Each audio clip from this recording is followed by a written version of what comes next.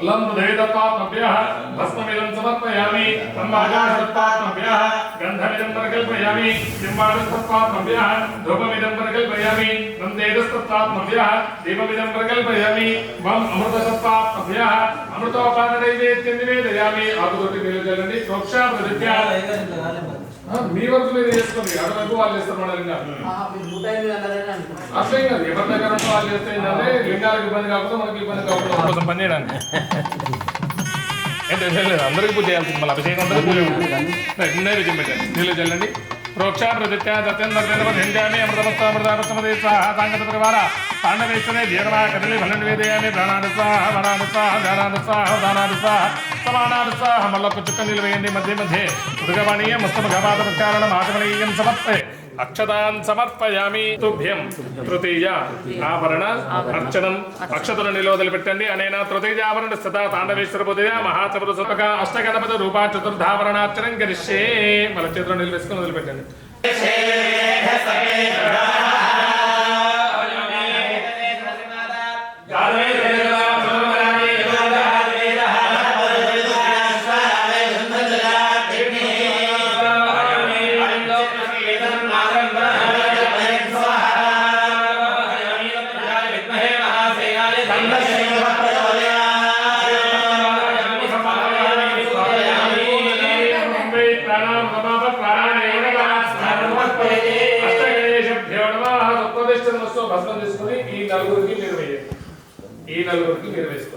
లంతుదేతత్వాత్మై గంధమిదం ప్రకల్పయామి హంబాకారతత్వాత్మై పుష్పమిదం ప్రకల్పయామి మలకనంబ్ర యంబాడస్తత్వాత్మై ధూపమిదం ప్రకల్పయామి రంతేజస్తత్వాత్మై దీపమిదం ప్రకల్పయామి వం అమృతతత్వాత్మై అమృతోపారణైవేద్యం నివేదయామి రసప్రియ అనుజ్ఞ దేహినే శంభో పంచమ ఆవరణ అర్చనే అష్టలింగాత్మక భవాద పృథ్వీమూర్తి రూప పంచమావరణార్చనం కరిష్యే మన నిలోది పెట్టండి మళ్ళీ అక్షతలు పెట్టుకోండి ఇప్పుడు ఇంతమంది బయటకు వేశారు కదా ఇప్పుడు లోపల వైపు ఉంటాయి 8 దిక్కుల 8 లింగాలు చెప్పినప్పుడు చెప్పిన దగ్గర వేస్తుందండి ఓం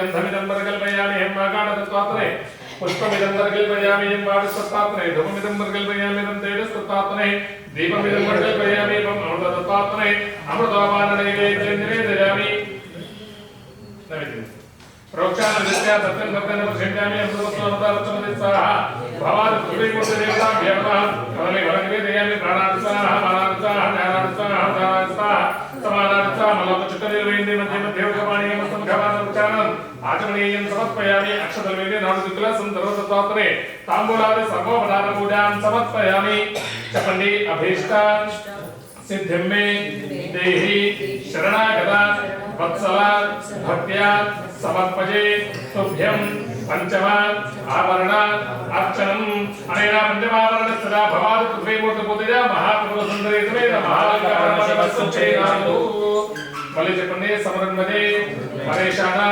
परामृता रसप्रिया अनुज्ञा देहि मे शंभो श्रेष्ठा आवरण अर्चनम् एकादशलिंगात्मक श्रेष्ठावरणार्चनं करिष्ये మళ్ళా ఏకాదశ రుద్రులకి నమస్కారం చేసుకుని ఈ 11 లింగాల చక్రం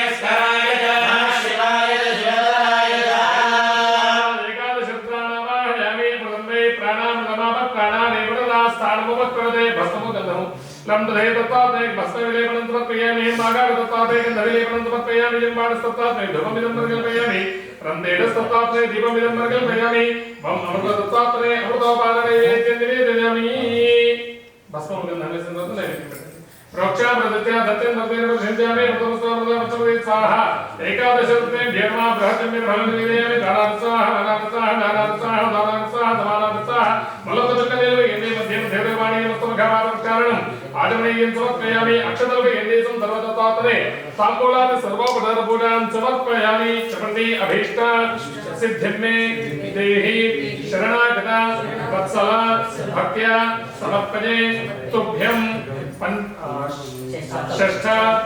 षष्ठ आवरण अर्चनम अनेन षष्ठावरण सदा एकादश रुद्र पूजया अक्षतों निलोदन పెట్టండి మహాచక్ర సంతరేతునేద మహాలింగ పరమజవస్వప్రేరాదు చపండి సమృండలే పరేశాన పరామృత రసప్రియ మనుద్య దేహిని శంభో సప్తమ ఆవరణ అర్చనం పంచవింశతిలింగాత్మక సత్యోదాతాది పంచబ్రహ్మ రూప సప్తమావరణార్చనం కరిష్యే వదిలిపెట్టండి. ఇప్పుడు స్వామి వారికి ఉన్న 5 ముఖాలు ఉన్నాయి కదా, ఆ 5 ముఖాలను అవార్డన్ తీసుకున్నాము. అక్షతలు పట్టుకోండి. ఓం దద్యోడానందరద్యామి దద్యోడానందరవేణ నమః భవే భయాయ భవస్వా భవద్భవాయ నమః మహాదేవాయ ధీమహి ధియోయోనః నమః శివాయ తత్పురుష బ్రహ్మణమావాయామి అభవే భ్యోధరే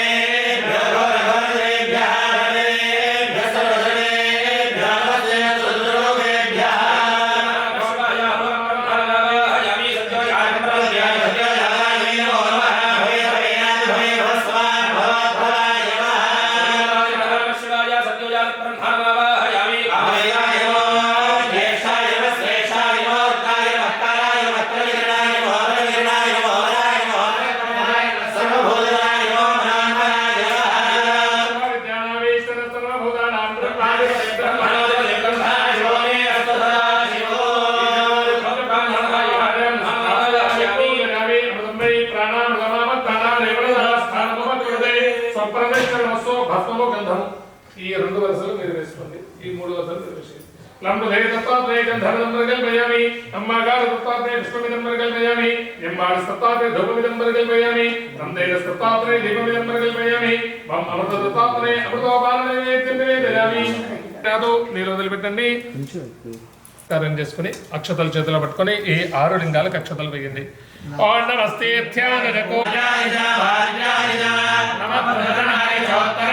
షట్పారకే భ్యర్మః లంబధే దత్తాత్మభ్యః గంధం ప్రకల్పయామి హమ్మగాడ దత్తాత్మ పండు నైవేద్యం పెట్టండి. అమృత దత్తాత్మభ్యః అమృతోపాన నైవేద్యం నివేదయామి. దానాడుత్సాహ వాడాడుత్సాహ జ్ఞానాడుత్సాహ దానాడుత్సాహ సమానాడుత్సాహ సమర్పయామి. చెప్పండి అభీష్ట సిద్ధిమే దేహినే శంభో నవమ ఆవరణ అర్చనే ఏకలింగాత్మక దక్షిణామూర్తి రూప నవమావరణార్చనం కరిష్యే. పెట్టండి. దక్షిణామూర్తి మనసులో నమస్కారం చేసుకోండి. అక్షతలు పట్టుకోండి.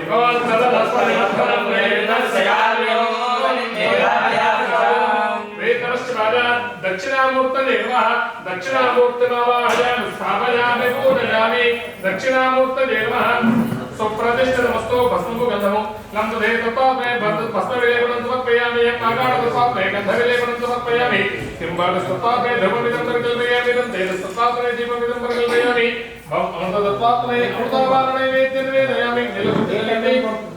సత్యం దత్తేన పరిహంద్యామి అమృతమస్తామృతాపత్తనదే సహ దక్షిణామూర్తయే నమః नैवेद्यं निवेदयामि प्राणादस्वाहा बाणादस्वाहा ध्यानादस्वाहा नमस्काराणम् आचमनीयं समर्पयामि अक्षतलवयन्ने संदर्भदत्तात्मने दक्षिणामूर्तये वा ताम्बूलादि सर्वोपचारपूजान् समर्पयामि चपण्डे अभीष्ट तुभ्यं नवम आवरण अर्चनम् అక్షతలని వదిలిపెట్టండి. అది మీకు ఎక్కువ భాగమే ఇచ్చింది. మీరు ఆ భాగాలు గుర్తించలేక మాకు సమానత్వం కావాలని అడుగుతారు. అంటే సగం లింగాలు పోతాయి మనకి.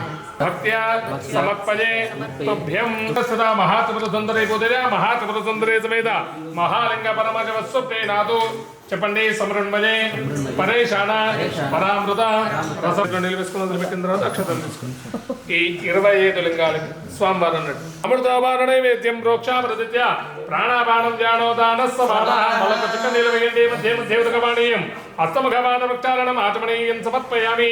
మళ్ళీ అక్షతలు వేయండి. సందర్భదత్తాత్మనే తాంబూలాది సర్వోపచార పూజాన్ సమర్పయామి. చెప్పండి. అభీష్ట సిద్ధిం మే దేహి శరణాగత వత్సల భక్త్యా సమర్పయే తుభ్యం ఏకాదశ ఆభరణ అర్చనం అక్షతరుడిలో వదిలిపెట్టండి. అనేనా ఏకాదశావరణ స్థిత మహాలింగ పూజ మహా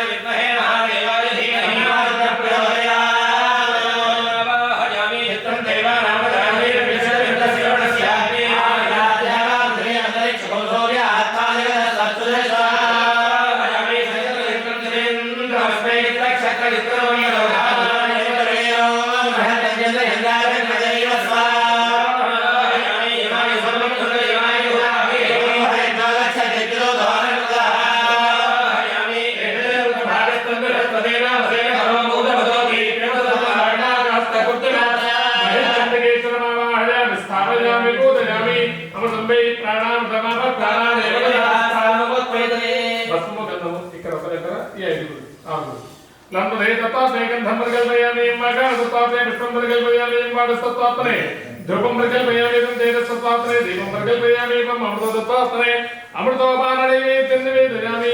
ఈ శివశిల్పాలు మొత్తం నైవేద్యం పెట్టేసి నిలుజనండి. ప్రోక్షామృత్య ప్రాణాపానం ధ్యానోదాన సమానః పూజాసాత్మక దేవతాభ్యో నమః.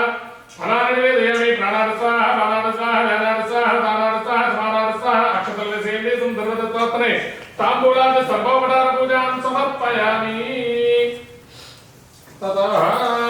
అనేనా విభాగతి ఏకాదశావనస్థిత దేవతా ఆవాహనార్చనేన భగవాన్ తర్వాత్మకాత వంశే అక్షతరుడిలో వదిలిపెట్టండి. మహాసర్వసుందరి సమేత మహాలింగ పరమశివస్వప్నే నాదు. ఒక్క క్లిప్ తీసుకోవాలి.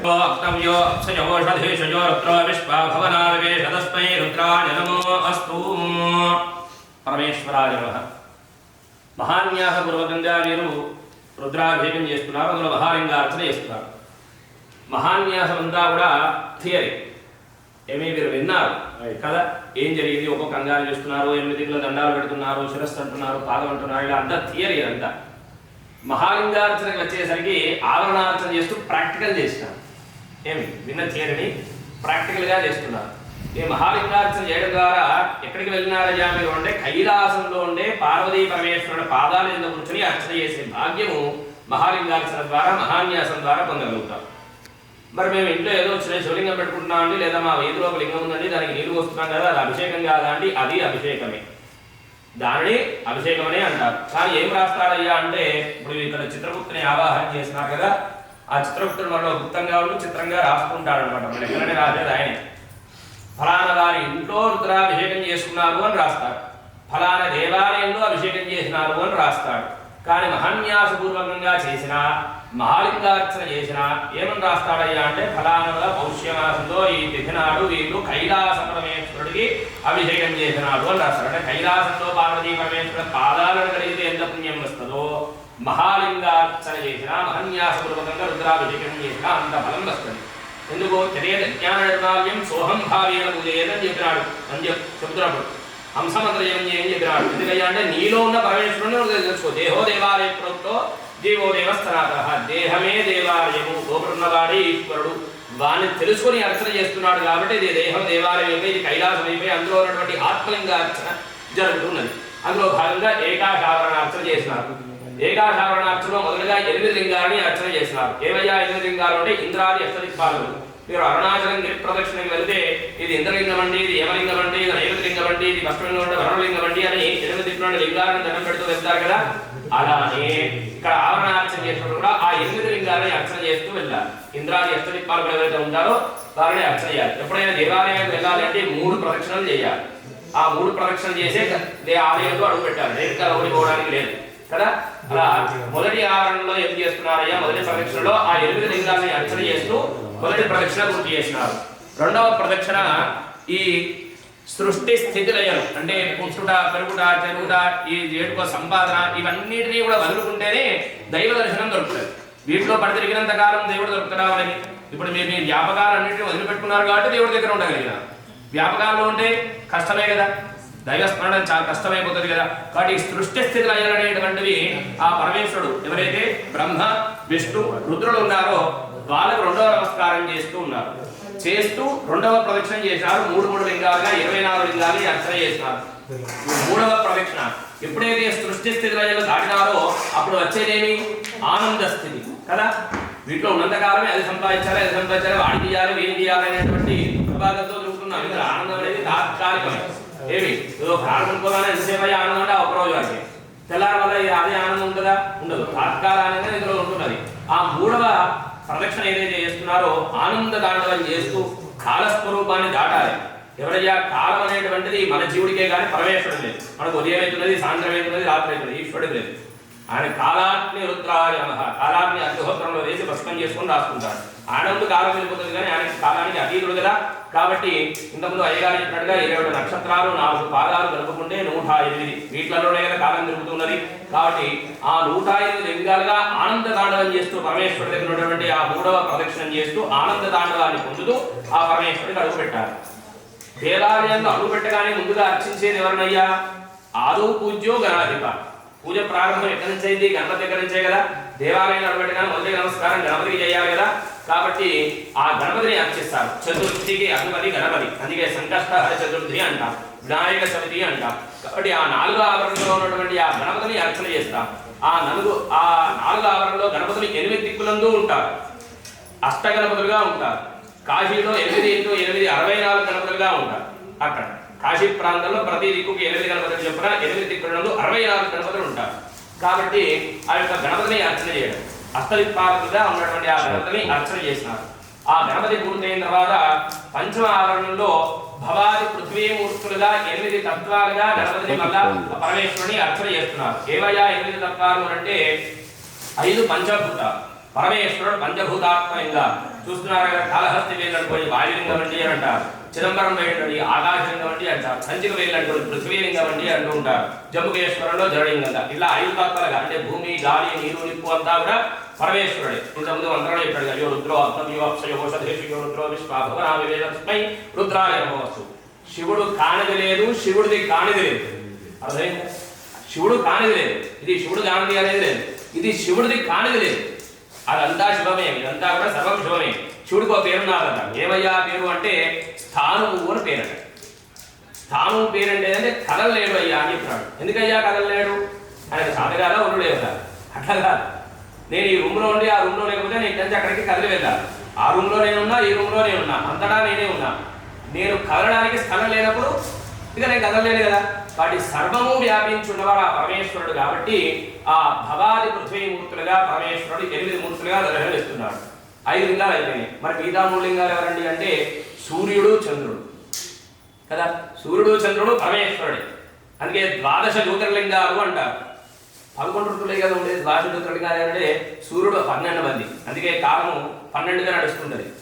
టైం కనిపెట్టినవాడు యజమాన లింగం మనమే. ఇంత ఎక్కువ ఎక్కడ ఉన్నాడు శివుడు? నీలోనే ఉన్నాడు. నువ్వు శివుడు అయితే కానీ నువ్వు శివుని దర్శనం చేయను. నువ్వు శివుడు కానంతసేపు శివుడిని కనిపించదు. అందుకే మీరు కాశీ కానీ హరిద్వార్ కానీ అటువంటి ప్రాంతాలకు వెళ్ళనుకోండి, శివస్వరూపంగా వారి మీద దర్శనమిస్తుంటారు. జటాజూటాలు పెంచుకొని చక్కగా భస్మధారణ చేసి రుద్రాక్షధారణ చేసుకుని నిత్యం శివజ్ఞానం చేసుకుంటూ ఉంటూ ఉంటారు. ఎందుకయ్యారంటే బాహ్యంగా అంతరంగా రెండిటిగా వామి శివుల్లాగా ఉన్నారు. ఇంతకుముందు మనకు పోలీస్ ఆఫీసర్ గారు వచ్చినారు. వారు అట్లా వస్తే పోలీస్ ఆఫీసర్ అంటారు. మామూలుగా ప్యాంట్ పెట్టుకుని వస్తే మనకి ఎవరైతే తెలవాలి? ఆ కోడ్ ఉండాలి లేదా? లాయర్ గారు అంటే కోడ్ వేసుకొని వస్తారు, డాక్టర్ గారు అంటే కోడ్ వేసుకొని వస్తారు. మామూలుగా ప్యాంట్ షర్ట్ వస్తే ఎవరో వచ్చిందండి అని అంటున్నారు. మరి పరమేశ్వరుడు యొక్క భక్తుడు వీడు ఈశ్వర సేవకుడు, ఈశ్వర జ్ఞానవంతుడైన ఈశ్వరుడు ఎట్లుండాలో అట్లా తయారు కాదు. అవునా కదా? అందుకే భస్మధారణ పెట్టడం, రుద్రాక్షమాల వేయడం, న్యాసాన్ని చేయడం, తద్వారా నువ్వు రుద్రత్వాన్ని పొందుతూ ఉంటావు. తద్వారా యజమాన లింగం, యజనం చేసినటువంటి వాడు, యజ్ఞం చేసినటువంటి వాడు అవుతాడు. ఏమయ్యా యజ్ఞం అంటే అంతర్యాగం జరగాలి. బాహ్యమో కట్టలు పెట్టుకునే దానికి నెయ్యి పోసి ఇది వస్తే దాన్ని సరే లౌకికంగా ఉండడం కానీ అంతర్యాగం చేసిన వాడు, యజనం చేసిన వాడు అవుతాడు, వాడు ఈశ్వరుడు అవుతాడు. కాబట్టి ఆ 8వ లింగంగా ఉన్నటువంటి వాడు సాక్షాత్తు ఆయనే యజమాని ఎక్కుంటాడు. కాబట్టి నీలో ఉన్న శూన్యుని వాడు కనుక్కున్నవాడు ఈశ్వరుడు. యజమాని లింగంగా 8 లింగాన్ని అర్చన చేస్తున్నాడు. అట్లా 5 అయిపోయినాయి. 6వ ఆవరణంలో ఏకాదశ రుద్రుడు అంటే 11 ఆవరణాలు ఉన్నాయి. 11 ఆవరణాలు దాటిన తర్వాత అంటే 11 ఆవరణల మధ్యలో 5 ఆవరణాలు పూర్తి అయిపోయినాయి. ఇక్కడ యజమాని తనలో ఉన్న శివుణ్ణి తెలుసుకున్నాడు. ఎప్పుడైతే తనలో ఉన్న శివుణ్ణి తెలుసుకోగానే అంటే కించదు ఉపాసన చేయంగానే ఫస్ట్ పరమేశ్వరుడు మాయను సృష్టించేస్తాడు. ఏమి ఇక నాకన్నీ వచ్చు, నాకంతా తెలుసు, నన్ను మించిన వాడు లేడు అనేటువంటి భ్రమలో పడిపోతాడు.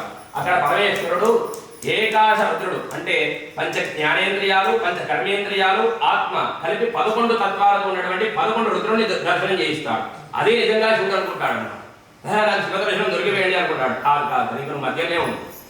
ఎవరైతే ఈ భ్రమను పడిపోవడో ఈ 11 తత్వాలు కాదు పరమేశ్వరుడు అంటే అతీతమైన వాడు ఈశ్వరుడు. అందుకే మీరు చెప్తున్నారు పరేషాన పరామృతప్రియ, ఆయన పరఈశ్వరుడు. అర్థమైందా? మహేశ్వరుడు అందులో ఉన్నటువంటి ఈశ్వరుడు కాదని పరేషాన పరమ ఈశ్వరుడు. కాబట్టి ఆ పరమేశ్వరుడు తెలుసుకునే తత్వానికి ఆ ఏకాశత్రుడు ఈ 11 తత్వాలను దాటి అడుగు పెడితే 7వ ఆవరణంలో ఉన్నటువంటి ఆ ఈశ్వరుడు ఏ విధంగా దర్శనమిస్తాడు అంటే 5 ముఖాలుగా దర్శనమిస్తాడు. 5 లింగాలుగా 5 దిక్కులందు ఈశ్వరుడు యొక్క ముఖాలు కనిపిస్తాయి. అవే పంచాక్షర మంత్రంతో ఉండేటువంటి సమస్త 7 కోట్ల మహామంత్రాలు కూడా 5 ముఖాల నుంచే వచ్చినాయి. కాబట్టి 5 లింగాలుగా 5 తత్వాలు ఉన్నటువంటి 25 లింగాలను మీరు అర్చన చేస్తారు. అట్లా ఆయన దర్శనం దొరికినాడు. 7వ ఆవరణ పూర్తయిన తర్వాత 8వ ఆవరణంలో 6 లింగాలను అర్చన చేస్తున్నారు. ఈశ్వరుని పొందాలి అని అంటే గురూపదేశంతో పొందినటువంటి పంచాక్షరీ జపం చేయాలి. పంచాక్షరీ జపం చేస్తే గానీ ఈశ్వరుడు దొరకదు, తపస్సు ద్వారానే దొరుకుతాడు. కాబట్టి ఆ పంచాక్షరీ జపం అది మంత్రం కావాలి. మంత్రాధీనంతో దైవతం, దైవం మంత్రం యొక్క ఆధీనంలో ఉంటుంది కదా. ఇప్పుడు చేసిన రికార్డు అంతా ఎక్కడ ఉంటుందంటే చిప్లో ఉంటుంది వాళ్ళ దగ్గర. అవునా కాదు? గీత రికార్డు అంత ఉంటుందే కాదు, ఏం లేదంట. అక్కడే ఈ సృష్టిని అంతా నడిపించేటువంటి ఆ పరబ్రహ్మము ఆ మంత్రము యొక్క చిన్న మంత్రం యొక్క ఆధీనంలో ఉన్నాడు. పరమాణు యొక్క శక్తి గొప్పది కదా. అనుభాంగు అంటే భయపడిపోతాం. అది ఎంత ఉండదండి ఏమంతుడు ఇదే ఉంటుంది. అవునా కదా? ఆ పరమేశ్వర శక్తి కూడా అంతే. వాటి మంత్రాలు అక్షరాలలో బీజాక్షరాల్లో ఏర్పాటు చేసి పెట్టాడు. ఆ 6 అక్షరాలలో 6 లింగాల్లో ఆ శక్తంగా ఉంటుంది. కాబట్టి ఆ 8 ఆవరణలో ఉన్నటువంటి ఆ శక్తిని పొందాలి. 9 అనేటువంటిది పూర్ణ సంఖ్య. ఎప్పుడయ్యా ఈ జీవితానికి పూర్ణత్వము అంటే ఒక సద్గురువు దొరికినప్పుడు మాత్రమే జీవితానికి పూర్ణత్వం వస్తాయి. కోట్లు సంపాదించుకుంటేనో ఏమి తన పేరు మీద కొన్ని కోట్ల ఆస్తులు ఉంటేనో జీవితానికి పూర్ణత్వం లేదు. ఎందుకంటే ఈశ్వరుడి దగ్గర కూర్చుంటే నువ్వు కోటీశ్వరుడిగా, బిచ్చగాడిగా, నువ్వు ఘనాబాడిగా ఏమి కథలనే అవసరం లేదు. అవునా కాదు? ఈశ్వరుడి దగ్గర కూర్చుంటే ఆయన అడిగేది ఏమి అని అంటే నేను ఇచ్చి పంపిన పుస్తకాలలో నువ్వు ఏం రాసుకొచ్చుకున్నావు మీరు పిల్లల మీద అడుగుతున్నారు.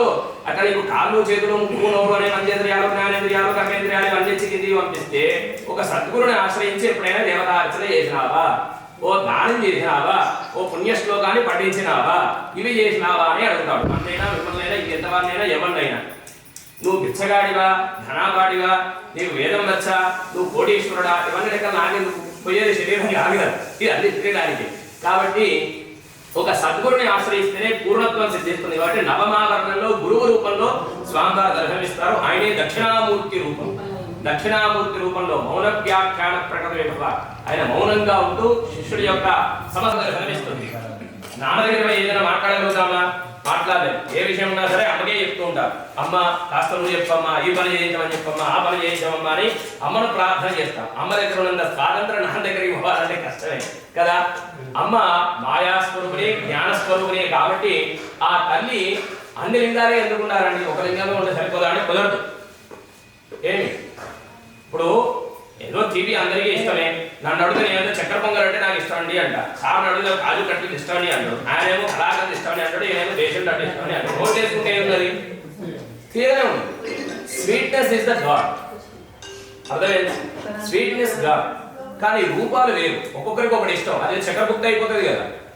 అట్లా కాదండి, నాకు ఇదైతేనే ఇష్టం అంటే నీకు ఆ యొక్క రూపంలో పొందితే నువ్వు అనుభూతి చెందుతావు, నువ్వు ఆనందిస్తావు. కాబట్టి ఒకడు త్రిశూలం పట్టుకొని వచ్చిండు, ఒకడు చక్రం పట్టుకొని వచ్చిండు, ఒకడు బాణం పట్టుకొని వచ్చిండు, ఒక ఆమె చీర కట్టుకొని వచ్చిండు. కానీ వీళ్ళందరి స్వీట్నెస్ ఏదైతే ఉన్నదో ఆ యొక్క పరబ్రహ్మ తత్వం ఏదైతే ఉన్నదో అదే దైవము.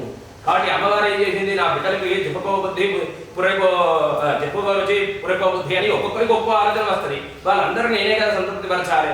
నా బిడ్డలకి ఏ ఆలోచన వస్తుందో, ఎప్పుడు ఏం తినాలనిపిస్తుందో, ఏం చేయాలనిపిస్తుందో వారి కోరికలనే తీర్చాలి కదా అని అమ్మవారు 135 లింగాల శక్తిగా 1 + 3 + 5 కలిపితే 9 మళ్ళా నవదుర్గా అవతారం 9 పూర్ణ సంఖ్య. అమ్మవారు నవదుర్గా అవతారంలో వచ్చి ఆ యొక్క మాయను మన నుంచి తొలగింప చేస్తే గాని పరబ్రహ్మతత్వమైనటువంటి 25 తత్వాలతో ఉండేటువంటి ఆ ఈశ్వరుడుగా అక్కడ ఉండడు. ఈశ్వరుడికి 25 తత్వాలు ఉంటాయి. అర్థమైందా?